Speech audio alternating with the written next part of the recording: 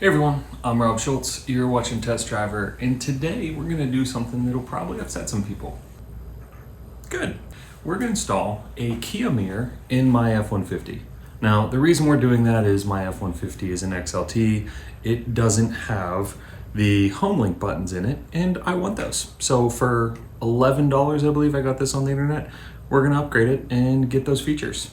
All right, we're here in the F-150 ready to install the mirror. The install should be fairly straightforward. There's a simple torque screw that's holding in the current mirror as well as the factory harness. We can unclip that. And then there's 3 wires in the current kit that we need to wire up. We got it working. I'll just show you how I have it connected, and this should work if you have a 2018 XLT. So you can see I ended up taking the overhead console out and disconnected this white connector, and there is this yellow and green wire that I connected into.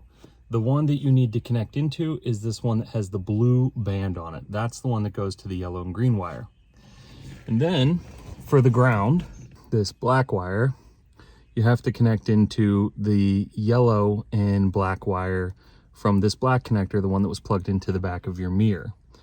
And lastly, for this other wire here, you have to connect into the wire that's in the top right of this connector here, and it is the blue and brown one. Once that's done, the mirror actually works. Now I got to figure out how to hide these wires in the overhead so it all looks nice. Okay, mirror's installed. Turn the car on.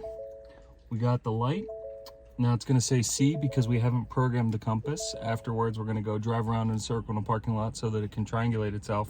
Now, I've already done this step, but to program the garage door opener, all you need to do is push the button for your garage door opener and this button simultaneously until it blinks red repeatedly. After that's done, you're programmed. And now we push this button for 5 seconds and we'll hear the garage door go down. Pretty cool. Pretty easy for a $11 install.